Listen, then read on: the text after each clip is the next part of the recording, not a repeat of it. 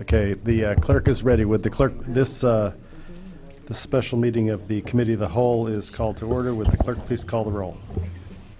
Mr. Ammons? Here. Mr. Brown? Here. Mr. Jacobson? Here. Mr. Madigan? Here. Ms. Marlin? Mr. Roberts? Here. Mr. Smythe? Here. Mayor Pressing? Here. Okay, there are no minutes. Is there anyone who wishes to address the council at this time?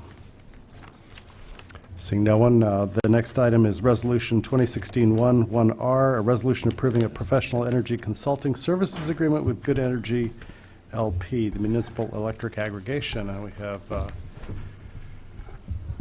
Mike and Scott to tell us all about it. Good evening. As many of you know, as all of you know, of course, municipal electric aggregation is a state-prescribed process for a city to bid and contract for bulk purchase of electricity for its residents. The regulated utility continues to maintain the electrical grid, deliver the electricity, and provide billing for all the customers. But the customers get one more electricity supply option to choose from. Customers, residents can continue to either purchase electricity from the regulated utility Ameren, choose any number of alternative retail electric suppliers, or choose the city's contracted price. Before I proceed any further, I want to mention the reason we're having a special meeting, two special meetings to proceed with municipal electric aggregation is our consultant wanted some greater latitude in terms of time frame to go out to bid for our next aggregation contract. So we wanted to proceed with this process as soon as possible to provide the consultant that latitude. Yeah, Tom Lay, with our consultant Good Energy, is going to be here next Monday to answer any questions that we can't answer. He couldn't make it tonight. So. I also want to mention there's an additional document placed in front of you all tonight. The previous iteration of our consultant contract was intended to be in your packet. What we actually put in by accident was the draft unsigned version, so what I've put in front of you is the final signed version. The versions are nearly identical. There are a few non-substantive changes or differences between the two, but the services provided by the consultant and the price paid to the consultant is the same in both the draft that was in your packet and the signed final version that's in front of you. Scott? Scott, I think there are two different. There's two different fees for the on page 3, part 4.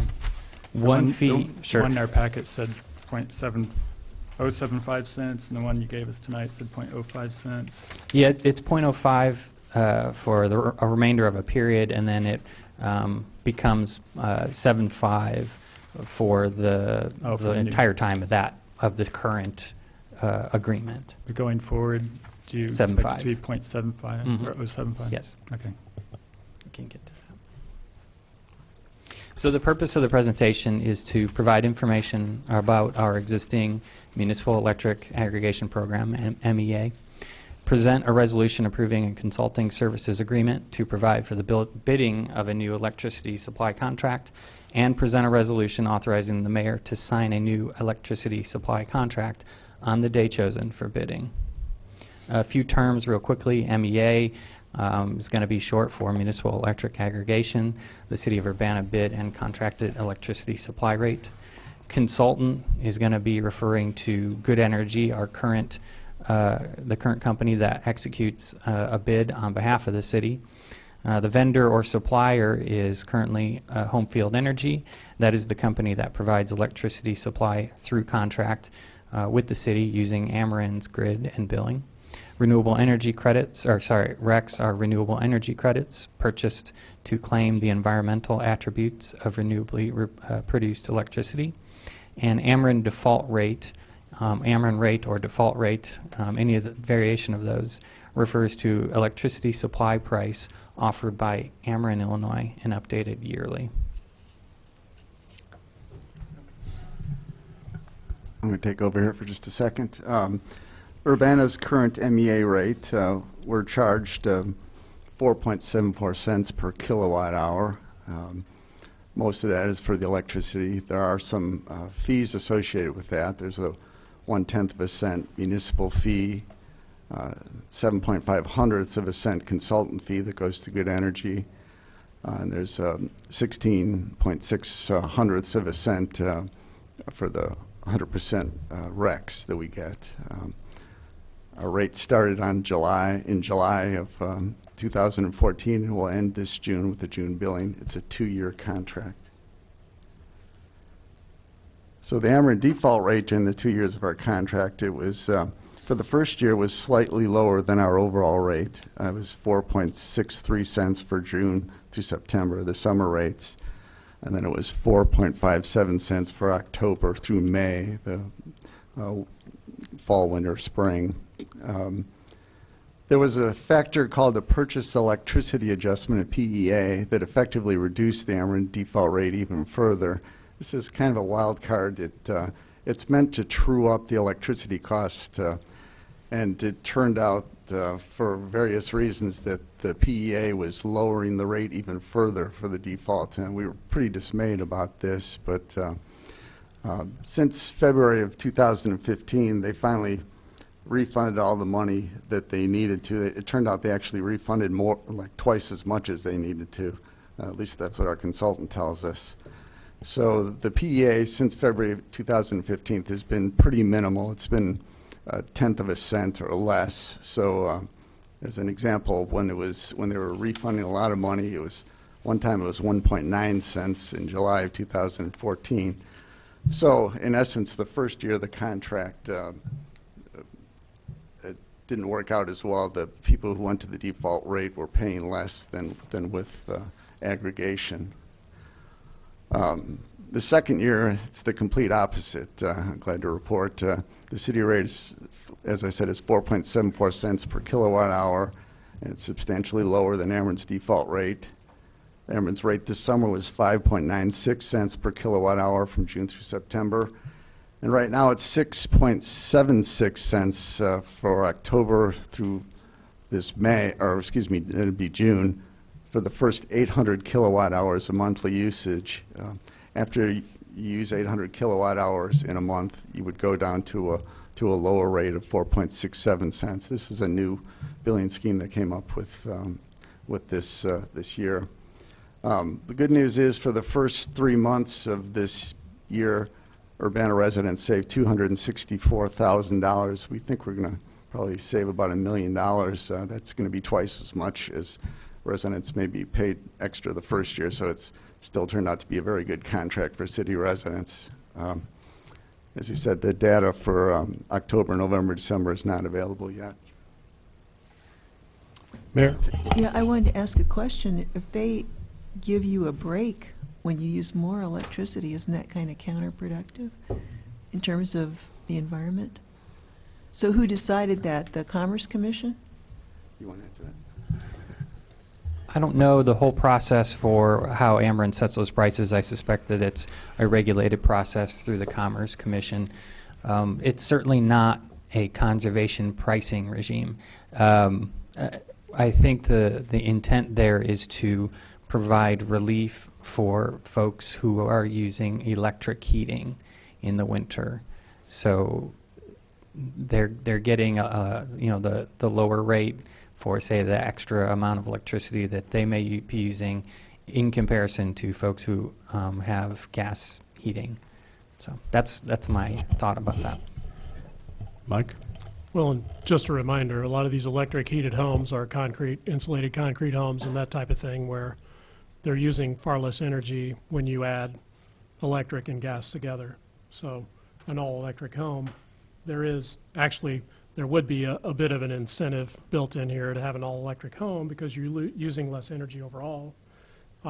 So we give incentive for the higher volume of residential that doesn't have gas.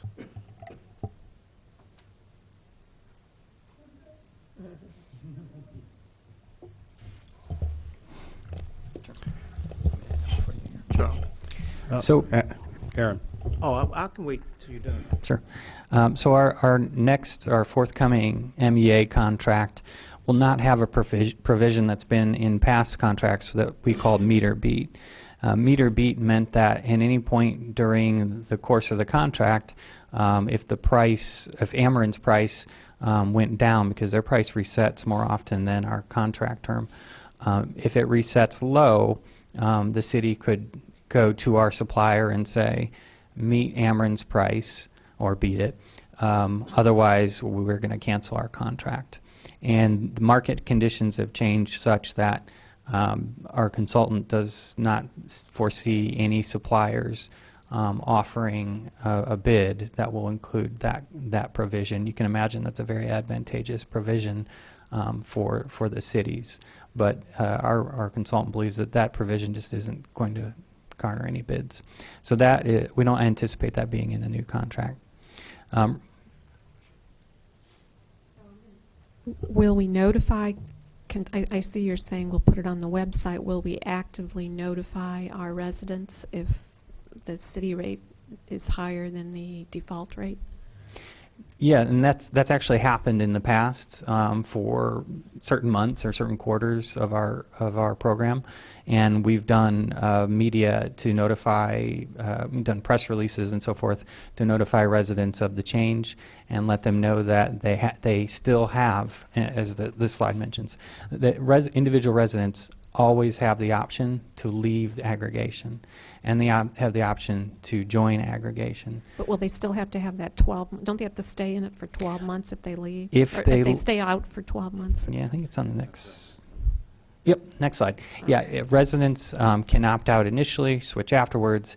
If they switch off of municipal electric aggregation and onto Ameren's default rate, and they stay on Ameren's default rate for 60 days or more, they must stay on Ameren for 12 months total before switching back to another alternative retail electric supplier, including municipal electric aggregation. If they switch from the city's aggregation program to an alternative retail electric supplier, they're simply subject to whatever terms that supplier provides in their contract with them. There's some certain things that makes meter beat. It doesn't come into effect as much as you would think. The PEA is excluded from meter beat, and last year the default rate was actually lower than our rate, but we had add-ons. We had RECs, we had a municipal fee, and those don't count either. So the meter beat hasn't really come into effect in any of our 4 years of contracts. Okay, that almost answered my question, actually. So on the first page of the memo, it shows over our last fiscal year, basically July 2014 to June 2015, residents lost $479,000 compared to what they could have got through the default Ameren rate. So you're saying basically that is all either PEA, RECs, consultant fees, or our fees. It didn't have anything to do with the Ameren default rate, so we couldn't invoke our meter beat clause. Correct. Okay. Aaron. So you mentioned the consultant saying that we probably wouldn't be able to get this meter beat in any other contract, or if we had somebody else who was a supplier. So as we shape what we're looking for, is it just cost savings? I mean, I'm looking at a diagram from an environmental standpoint where at least 50%, more than 50% is coal fire burnings, and nuclear adding another 16%. You know, I'm very uncomfortable with that. So I'm wondering, you know, what's the trade-off? Are there other companies out there offering more green and more sustainable type of energy? Yeah. And electricity? Yeah, it's a great question. So there's three things we get out of municipal electric aggregation. One is a lower price. Almost every quarter, we're getting a lower price for our residents. The second is the environmental benefit that you mentioned. With aggregation, we're able to include the purchase of 100% renewable energy credits equal to the amount of electricity that residents purchase through our aggregation. So that's the green power. What does that mean to the average person who Sure. doesn't know? Sure. It means, so when renewable energy is generated, say a wind turbine, The electricity generated goes onto the electricity market and it's sold just as electricity. The renewable attributes, the renewableness, the environmental protection, the lower pollution, is split off from the electricity and commodified, turned into a tradable commodity with a certificate.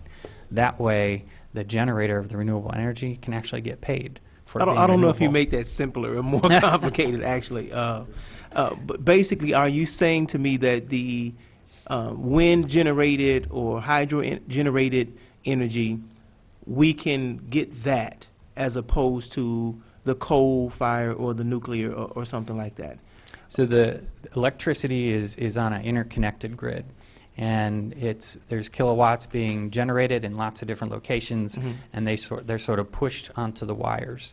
And wherever you happen to sit within that grid, you're getting electricity, you're getting kilowatts pushed to you from whatever's more or less nearby. And in that sense, you don't really get to choose where your kilowatts are coming from. Right. That's why they do this little process where they split off the renewable attributes and they sell them to people who are interested in them. And that way someone is paying the renewable generators for the value for that environmental attribute. But still, the company, Ameren, that we choose to go with, is still this is their overall portfolio of what they use to generate energy, right? So is there another company that has a different portfolio that is much more green than what Ameren is using to produce energy? Ameren, so in your quarterly aggregation report, Ameren has a pie graph, and it shows the percentage that's coal and nuclear, and that's not what they own. That's what they ship around. So that's lots of different companies, what they're generating. There's a different solution, I think, to what you're describing, and that's the state's renewable portfolio standard. That's a standard that says that the entire grid in Illinois as a whole has to increase its renewable portion it changes every year, but it's usually about 1% or 1.5% every single year, up to 25% by 2025. So that's proceeding every single year. Next year, 10% is scheduled. I think that's about as good as we can do, the purchasing the RECs so that we're paying for the renewable attributes and also the state's renewable portfolio standard. Okay, I want to move this along. How much is left to your couple more pages? Is your question on this page? My question is about what Aaron was just pursuing, and I want to make sure I understand the answer. And that is, have I got this right? When you purchase, or when the city of Urbana purchases renewable credits, what that does in effect is it increases the demand across the country, across the whole grid, for renewable sources. So that provides an economic incentive for more renewable sources to come online. So our electrons are coming from all sorts of places, but we're changing the supply-demand equation to favor renewables. Have I got the idea right, do you think? Yeah, another way to say it is when renewable energy developers are putting together a business case or pro forma for a new project, one of the line items is the value that they expect to get from the sale of renewable energy credits. And so those credits do increase the viability of those projects. So some other terms that we are anticipating in this contract, we're going to be evaluating the possibility of a 3-year supply contract. We're interested in whether we can get another year to hedge against some uncertainty in the market, regulatory changes, market changes. And so we'll be doing that in consort with about 100 other communities that are all participating in this bid together. The previous 2 contracts that we've had for aggregation were each for 2 years. We expect that the electricity rates will go up in this current contract. Ameren's default rate has gone up. Lots of alternative retail electric suppliers' rates have gone up, and so we expect a higher rate for ourselves. Some other expectations, I mentioned higher rates, and perhaps somewhere in the 6 and 6.5% cents per kilowatt. A 3-year contract may require additional price, but it doesn't look like it's going to be very much additional, and it may very well be worth the hedge against future market increases. The cost of renewable energy credits may also be going up as demand for those credits is going up. Bidding will take place likely in January or early February. As I mentioned, we wanted to pass these resolutions to give our consultant the maximum amount of time and choose the bidding at a time most advantageous to the cities. Diane? If Clinton nuclear plant gets shut down, is that going to have an impact on anything? No, well, it's going to have an impact on lots of things. I don't think it won't have an impact on our contract. Whatever price we contract for, that's the price the vendor has to supply. Okay. One thing that would be useful for next week, I think, would be the consultant talking about why and what the expectations are of rate increases, and why they're going up. I know we had a little bit of a discussion at the solar energy, or at the whatever the solar installation was, and you've calculated a base rate and you expect that to go up. It'd be good to see some numbers and reasoned guesses about why. I know enough about this to be dangerous, but the reason electricity rates have been going up and gas prices have been going down, you would think electricity prices might go down too, but it's something. They had a capacity auction last spring, and that's something that it's payments to power generators to maintain power availability on the grid. And the capacity auction payments increased ninefold, from $16 to $150 per megawatt day. And I don't know what a megawatt day is. There's another capacity auction that they do this annually. It'll be this spring. And this is what is causing the increase in electric rates. Tom Lake can elaborate on this, but that's why you're seeing electricity rates go up when other energy prices are going down. Okay, yeah, we've got 2 resolutions here. Bill? On the purchase electricity adjustment, I'm kind of getting, is that a relatively new thing that they've added to the bill, or is that something that's always been there? No, that's always been there. Most of the time, it's a very minor true-up between the cost that Ameren pays for and the cost that that the Illinois Power Authority pays for, and that they sell it to Ameren. So when we really started losing out last summer, did that have something to do with it being such a cool summer and that there was a low demand for electricity, so the price of nothing? Okay. Okay. I'm a little worried that there's something changed, that maybe the first year was the year to be in this, and then after that we're never going to see savings again. So I'm kind of, and there's time to think about that. Well, the ICC really got on Ameren about getting the PEA to a low level. And part of the problem was the refunds were coming, and so many people had gone to aggregation that there was a small pool getting these refunds, so they were getting really large refunds. So. Okay, I did have one question about the service agreement. On page 2, number 7, like the middle of the page, negotiating fees for the city with winning suppliers in amount. This is fees for the city in amount equal to but not greater than the rate negotiated for good energy.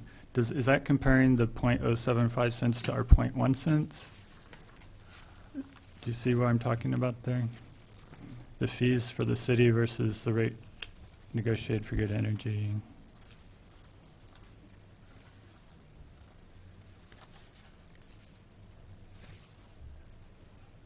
Because our fees for the city, I think, are 0.1 cents, and if I don't know what it means, rate negotiated for good energy. If that's the fees for good energy, theirs is 0.075, so ours is already higher.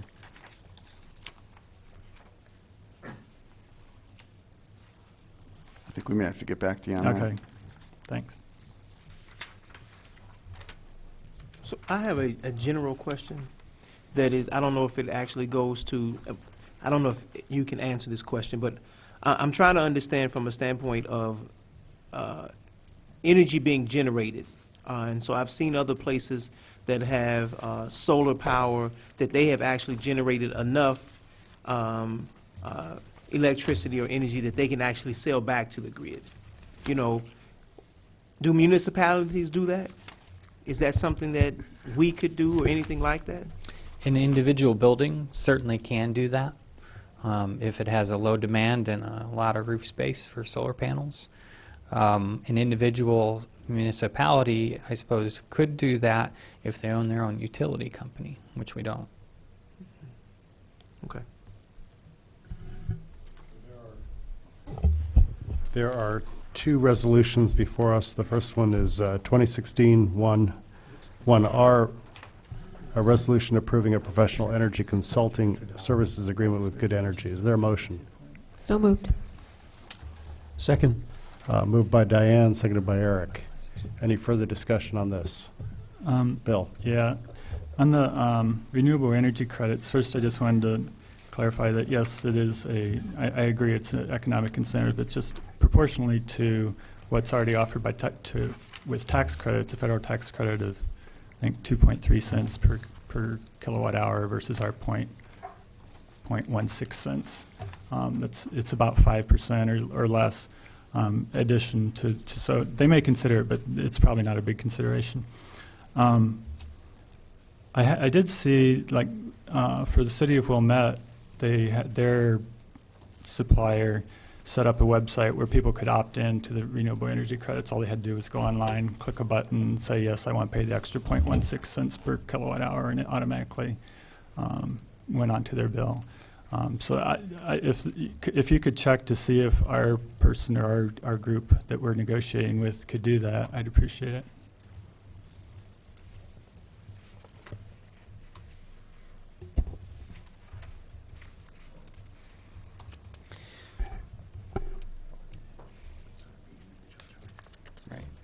Any further discussion?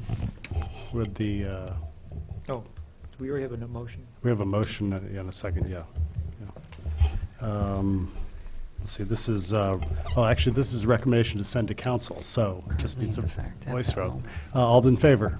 Aye. Opposed? Okay. The second resolution is 2016-1-2R, a resolution authorizing execution of a service agreement with the lowest responsible bidder for the supply of electricity for residential and small commercial customers who do not opt out of such a program, municipal electric aggregation. Is there a motion to send this to council? So moved. Seconded. Moved by Aaron, seconded by Dennis. Further discussion? All in favor? Aye. Opposed? That motion passes as well. Seeing no further business, we're adjourned.